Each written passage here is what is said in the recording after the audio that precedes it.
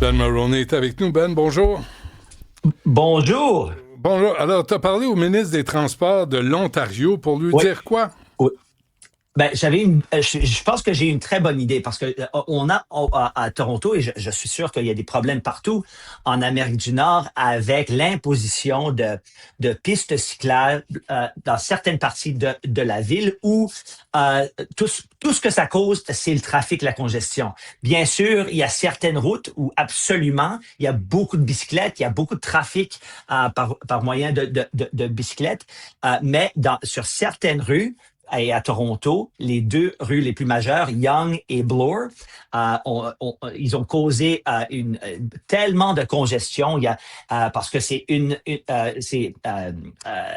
y a pas assez, il y a pas assez de surface pour partager la rue.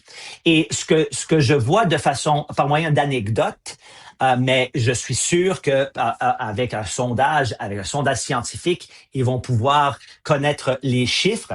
La vaste majorité du trafic sur la rue Yonge, qui est la Hmm. rue la plus importante nord-sud à Toronto, la vaste majorité du trafic dans les pistes cyclables sont les scooters de livraison pour Uber et DoorDash. Et donc, je lui parlais, écoute, l'usage euh, actuel n'est pas l'usage qu'ils ont prévu. L'usage prévu, c'était une piste cyclable. Mais ce qu'ils ont créé, par contre, c'est une autoroute euh, qui a été créée par nos impôts pour bénéficier pratiquement exclusivement ces grandes compagnies américaines qui ne payent pas d'impôts au niveau municipal ou provincial.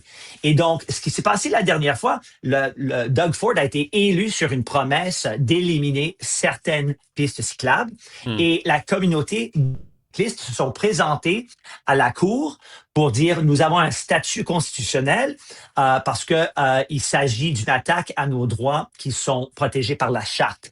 Et Oui, c'est vrai. la Cour a dit absolument c'est vrai.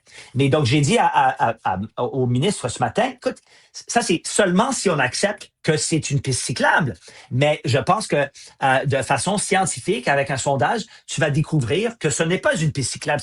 C'est comme dire un canif est un canif. Et selon un canif, si tu l'utilises comme un canif, mais si tu tues quelqu'un avec ça, ça devient une arme meurtrière.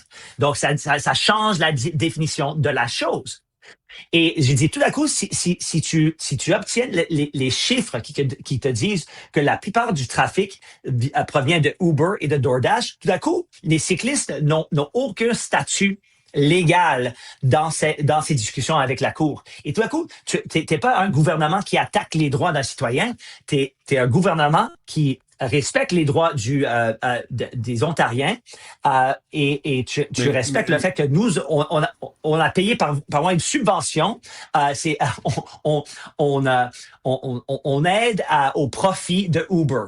Et mais, tout à mais coup, la ça piste change lab, beaucoup. mais la piste lab est là pour Ouais. rester. Là. Ils vont pas l'arracher, ils vont pas l'enlever.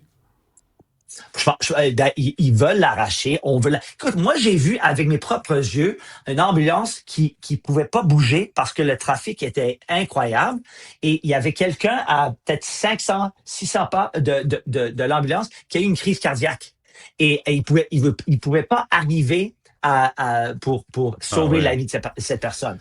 Mais Et là, parce que ouais, mais parce que je regardais ça aujourd'hui, mais il y a personne, même sur une journée tellement belle au mois de juillet, au mois d'août, il y a pratiquement personne qui utilise les pistes cyclables de façon prévue. Et s'ils ne l'utilisent pas de façon prévue, on peut changer la définition. Et ce n'est mais plus la une piste piste lab, cyclable. tu pourrais la mettre Oui, sur une rue parallèle, une autre rue que la rue oui. Young. Oui, ça a été suggéré, mais tu Ils connais veulent pas. comment ça fonctionne. Il y a des militants qui veulent pouvoir faire ce qu'ils veulent quand ils veulent. Et s'il s'agit d'utiliser une fois par année, c'est leur droit. Et selon une certaine logique juridique, c'est en fait un droit protégé par la charte. Dis Mais donc, tu n'as aucun Ben, droit à quelque chose qui n'est pas une piste cyclable. Bradmit Singh Sarkaria, c'est lui le ministre de l'Ontario? Oui, c'est lui le ministre. Oui. Lui as-tu parlé de Chauffeur Inc.? Non, c'est pas Chauffeur Inc.